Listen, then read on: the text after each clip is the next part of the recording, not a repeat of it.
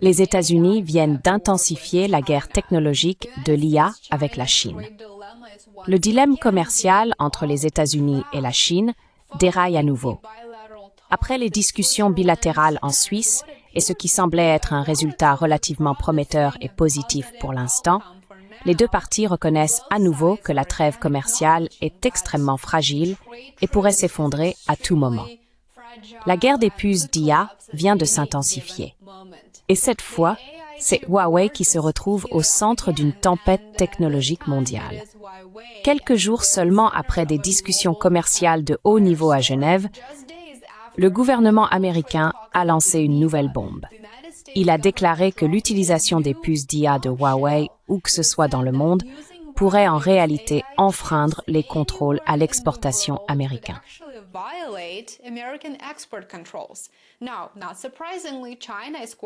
Il n'est donc pas surprenant que la Chine soit très mal à l'aise, très mécontente de cette nouvelle révélation, et elle a tout à fait le droit d'être furieuse, pour être tout à fait honnête. L'avenir de la coopération technologique entre les États-Unis et la Chine ne tient désormais plus qu'à un fil, une fois de plus. Analysons la situation. Il y a beaucoup à décortiquer et je veux vous aider à comprendre ce qui se passe, ainsi que ce que cela signifie pour les futures négociations commerciales entre les États-Unis et la Chine. La semaine dernière, le département du commerce américain a publié de nouvelles directives concernant les puces Ascend AI de Huawei. Quel était l'avertissement initial dans ces directives? Eh bien, l'avertissement initial était que l'utilisation de ces puces, n'importe où dans le monde, pourrait en fait enfreindre les règles d'exportation américaines, même si aucune entreprise américaine n'était directement impliquée.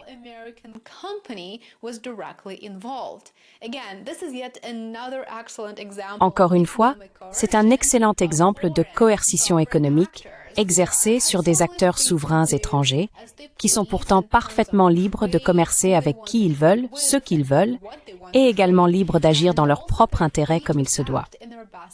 Cette règle s'applique à tout État souverain dans le monde. Le message était bien sûr très clair. Les États-Unis veulent exclure Huawei de l'écosystème mondial de l'IA parce qu'ils le considèrent comme un obstacle majeur, voire une menace. Pourquoi cela, me demanderez-vous? Parce que ces puces peuvent être utilisées pour entraîner et déployer des modèles d'IA avancés dans des domaines que les États-Unis considèrent comme essentiels à leur sécurité nationale.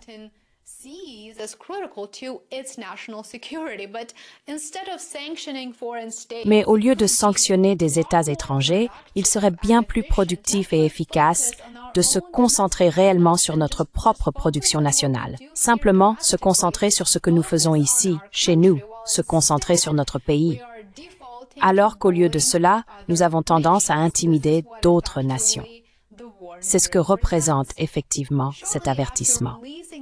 Peu de temps après la publication de la déclaration, le département du commerce est en fait revenu discrètement sur ses propos, mais le mal était déjà fait et le message réel avait été compris. L'expression « partout dans le monde » avait disparu. Désormais, le texte indique que les puces Huawei risquent d'enfreindre les règles d'exportation, et non qu'elles le font automatiquement.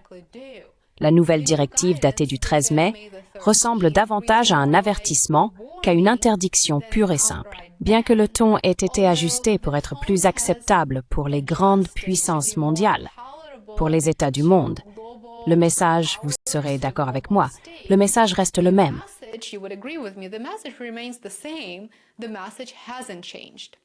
Le message n'a pas changé.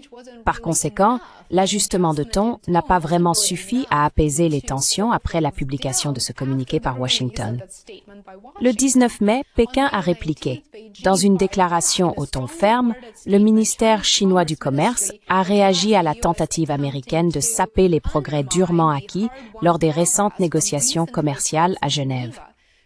La Chine affirme avoir négocié de bonne foi et que cette nouvelle directive émise par Washington viole en réalité le consensus atteint quelques jours plus tôt. On croirait rêver. Que veut la Chine? Eh bien, elle veut que les États-Unis, je cite, « corrigent leur erreur ».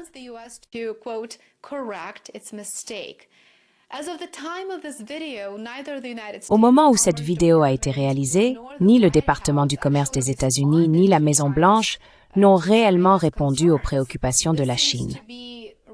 Cela semble plutôt étrange, vous en conviendrez, car la balle est dans le camp du département du commerce américain. C'est lui qui a lancé cette nouvelle escalade et il semble maintenant vouloir, en quelque sorte, faire du gaslighting à la Chine alors qu'elle réagit à cette escalade. Bien sûr, il s'agit de bien plus qu'une seule entreprise. Il s'agit de bien plus que des puces de Huawei qui font partie de l'effort de la Chine pour développer des capacités d'IA nationales. Naturellement, Washington considère cela comme une menace, surtout dans la course à la domination militaire, commerciale et cybernétique à l'ère de l'IA.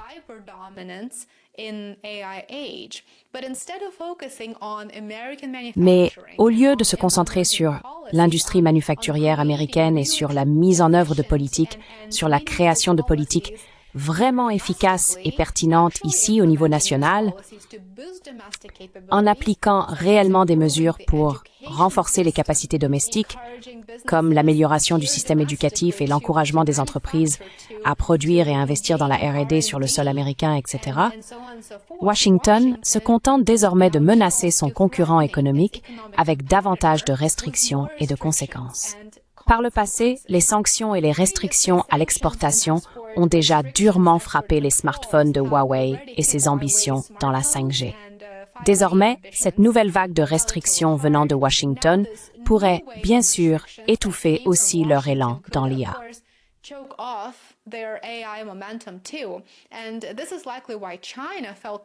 Et c'est probablement pour cette raison que la Chine s'est sentie obligée de réagir en quelques jours.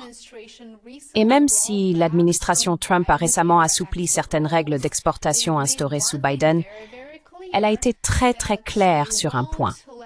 Elle n'autorisera pas la Chine à mettre la main sur des technologies d'IA de pointe. Comme vous pouvez déjà le constater, l'expression « partout dans le monde » a peut-être disparu. Bien sûr, ils l'ont retirée, mais son message résonne encore fortement. Cela envoie un signal aux entreprises et aux gouvernements du monde entier. Si vous utilisez des puces d'IA Huawei, vous pourriez prendre un risque juridique au regard de la loi américaine. Inutile de préciser, je suis sûre que vous serez d'accord avec moi sur ce point aussi. Cela pourrait effrayer les entreprises étrangères et les dissuader de travailler avec Huawei, isolant ainsi la technologie chinoise même sans interdiction formelle.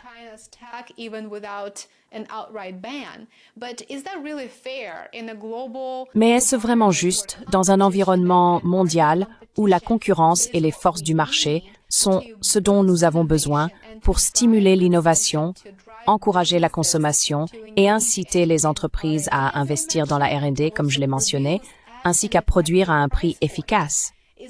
Est-ce vraiment l'approche qui favorise la coopération et le commerce mondiaux? Non, absolument pas. Et c'est pourquoi la majorité mondiale est désormais prête à dire « Écoutez, nous en avons assez de votre intimidation ». Certes, le protectionnisme peut être un outil utile, mais il semble que vous alliez peut-être trop loin, et nous sommes prêts à réagir en conséquence.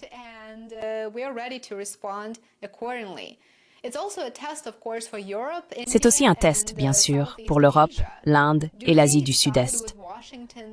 Vont-ils s'aligner sur l'embargo technologique de Washington ou risquer des représailles? L'Europe défendra-t-elle sa souveraineté économique? Ou ce qu'il en reste, en tout cas. Cela reste à voir. Alors que pourrait faire la Chine maintenant? Pékin pourrait redoubler d'efforts dans le développement national de semi-conducteurs. Elle pourrait augmenter les subventions à ses producteurs, ou bien sûr, riposter contre les entreprises américaines opérant en Chine.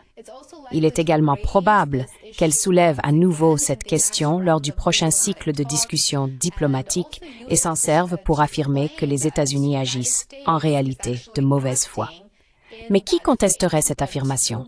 Pour l'instant, la Chine qualifie cette directive de mesure discriminatoire et insiste sur le fait que même la version révisée du texte américain est inacceptable.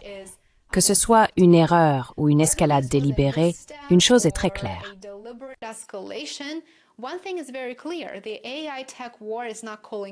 La guerre technologique autour de l'IA ne montre aucun signe d'apaisement.